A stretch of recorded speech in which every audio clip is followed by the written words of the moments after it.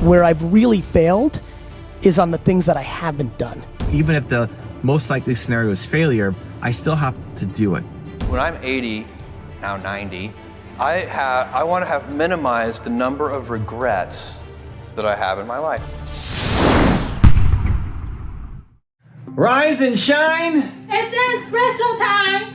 Hey, it's Evan Carmichael, and I am not a morning person, but when you start your day off with a powerful routine that inspires you, like watching one of these videos, it will change your life. So let's start your day off right together. Grab your cup of coffee, know that I believe in you, and get ready for a shot of espresso from Gary Vaynerchuk. I wake up every morning. Espresso keep me going. I wake up every morning. As far as failing, it's interesting. I don't have like a fantastic, obvious failure, and that's actually a weakness because it's very grounded in my deep, deep, deep immigrant roots. I've never done anything that has so overextended myself that if it didn't work, that I would really fail. Where I've really failed is on the things that I haven't done. I've fantastically passed on Uber twice in the angel round, and that $25,000 check would have made me $500 million.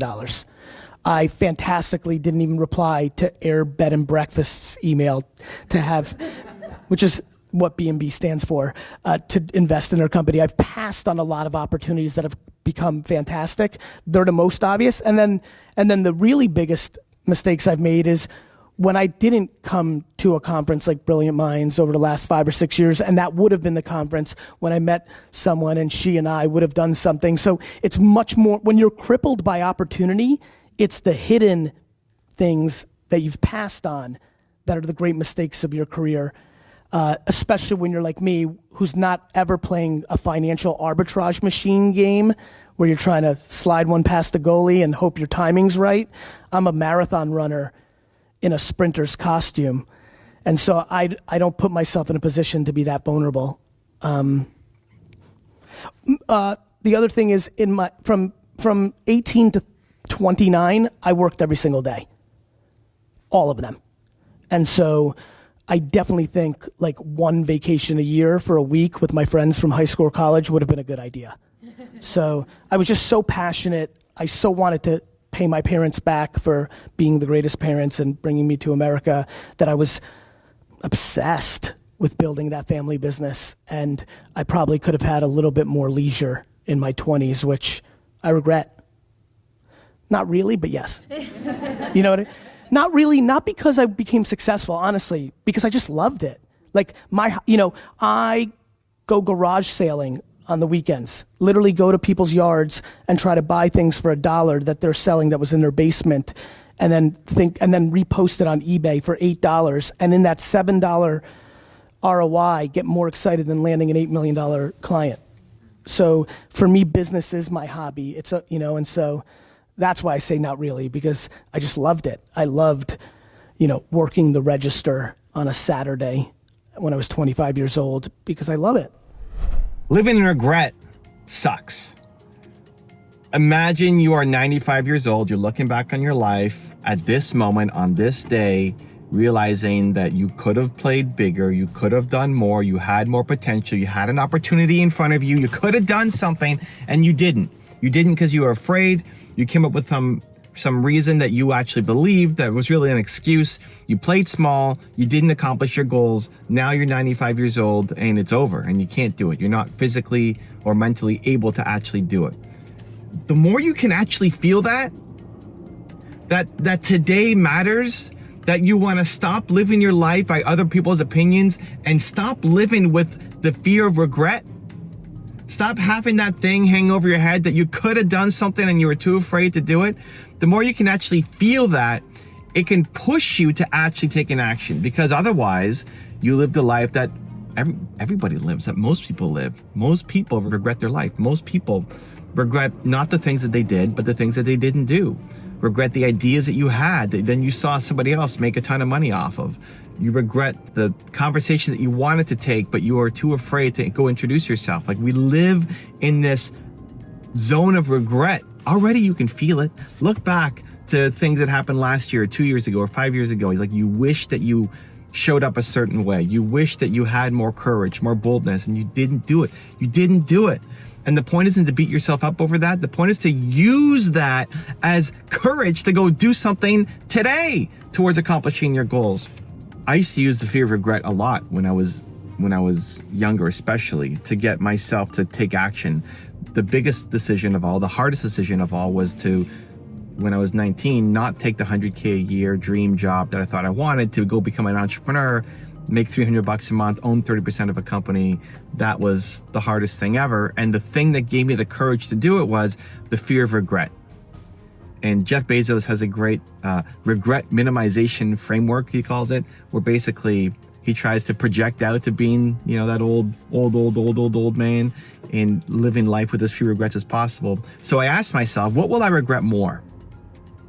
Will I regret more saying no to my dream job and making 6 figures and traveling around the world? Or will I regret more saying no to this business and just not knowing?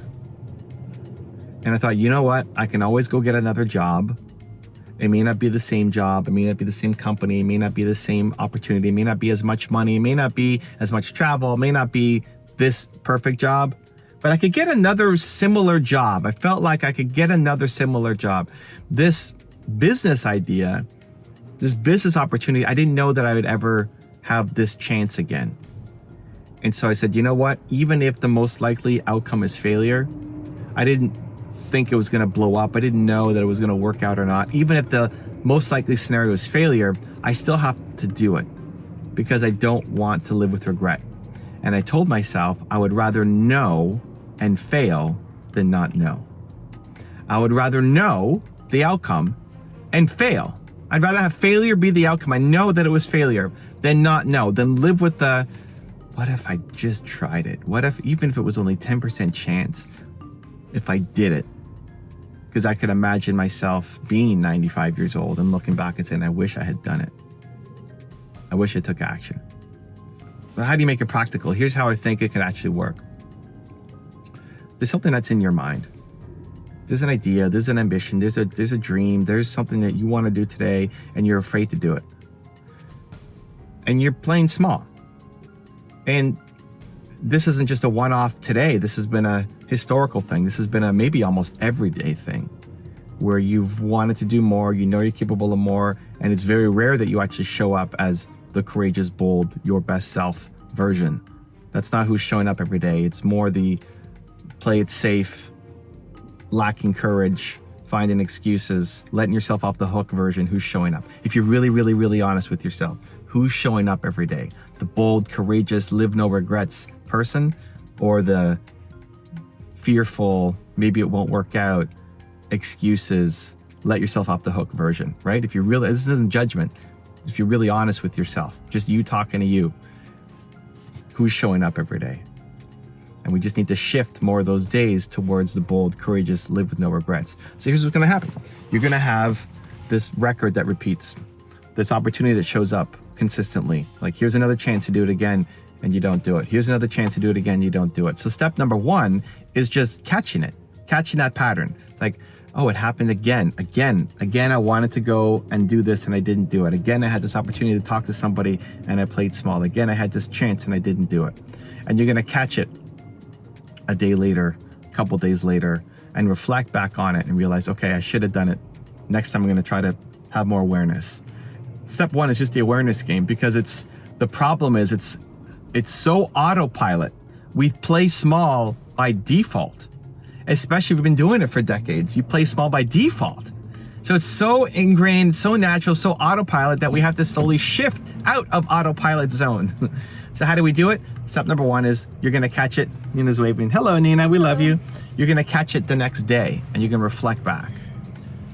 Eventually what's going to happen is you're going to catch it in less than a day. You're going to catch it a couple hours later. Then you're going to catch it an hour later. They're going to catch it 10 minutes later. They're going to catch it 5 minutes later. And then step number 2 is you're going to get to this magical moment. You're going to get to this magical moment where it's about to happen. You've caught it. You've caught your small thinking. You've caught your scared thinking. You've caught your excuses thinking in the actual moment that it's happening. this is a magical spot right now, because you're actually calling yourself out on your own BS right now.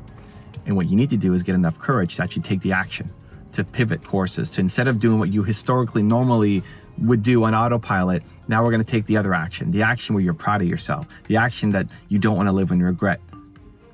That version of you showing up. And the way that you give yourself the courage to do it is through the lens of regret, is for you to imagine, what would 95-year-old you tell you right now?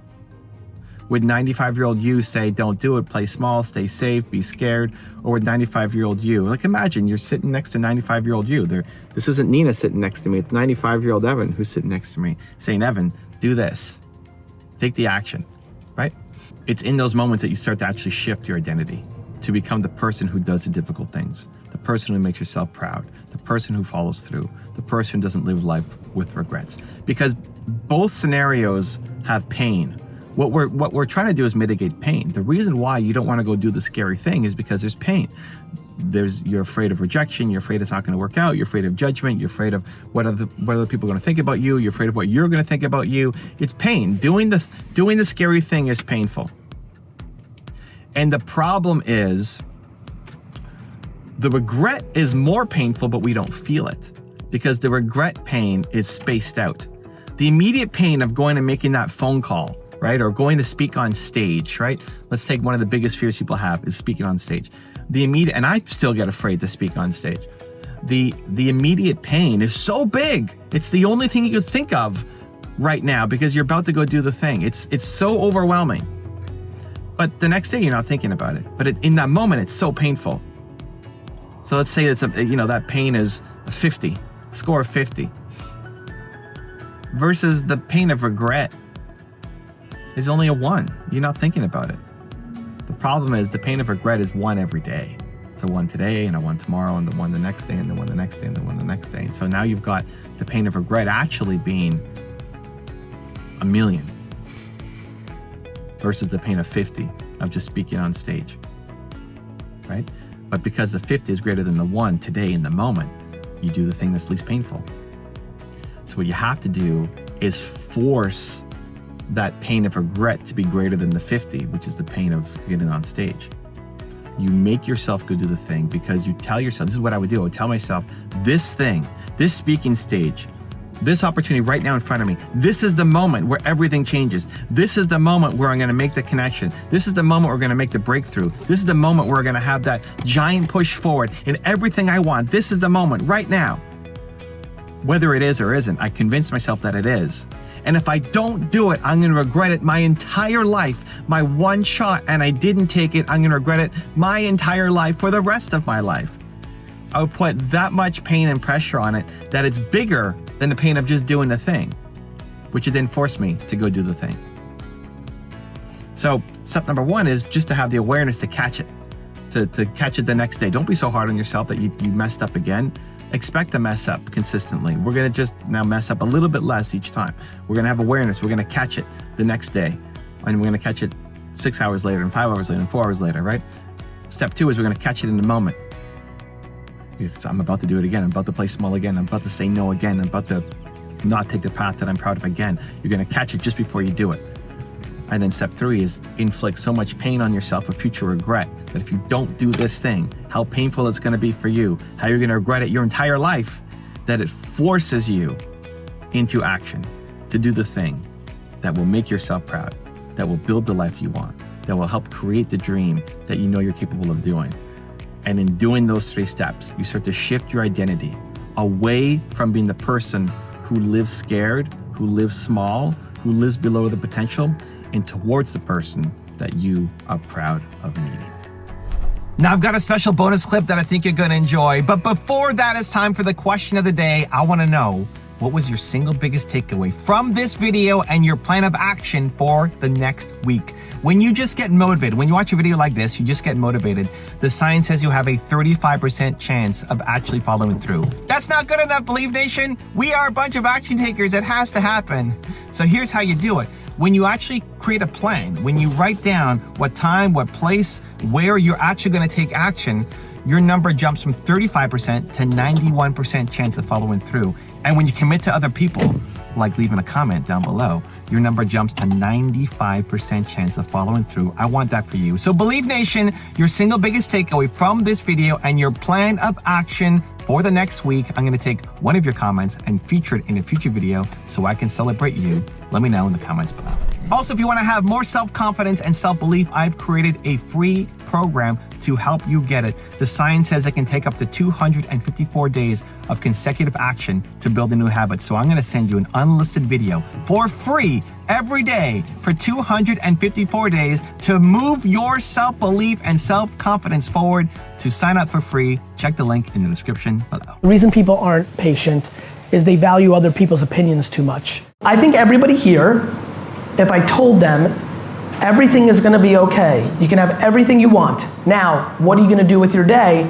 I think a lot of people know. I always choose positivity. I look at other people around me. It's not just about me that are winning. They choose positivity. I look at the people around me that are not winning, that are not progressing, that are not advancing. They're choosing negativity. When I'm 80, now 90, I want to have minimized the number of regrets that I have in my life. And most of our regrets are acts of omission. They're things we didn't try. It's the path untraveled. Those are the things that haunt us. Evan, thank you so much for having a couple seconds and being able to tell the Believe Nation a little bit about Empathy Wines. It means a lot to me that you would take this valuable real estate and time on your channel to give me some love. It means a lot. It's just good karma points, and so you're awesome. Thank you. Believe Nation, if you're into wine at all, go to empathywines.com. My whole career's work was poured into producing a wine that rivaled $40 to $60 wine for 20 bucks a bottle. I'm just super excited about this subscription-based wine business. You can order 3, 6, or 12 bottles in subscription form, rosé, white, red. If you search on Instagram or Twitter, you will be blown away. People are literally like, I don't even like Gary Vee, but the wine's good. Super proud of the effort. Thanks, Evan, for the time. Wishing you guys all happy and healthy. If you want another amazing Gary Vee video, check it out right there next to me. I think you'll enjoy it. Continue to believe, and I'll see you there. If you're not complaining, well then I have no advice for you. People will judge you for working too hard in your business and not spending time with your family. And people will judge you for not working hard enough in your business and spending too much time with your family.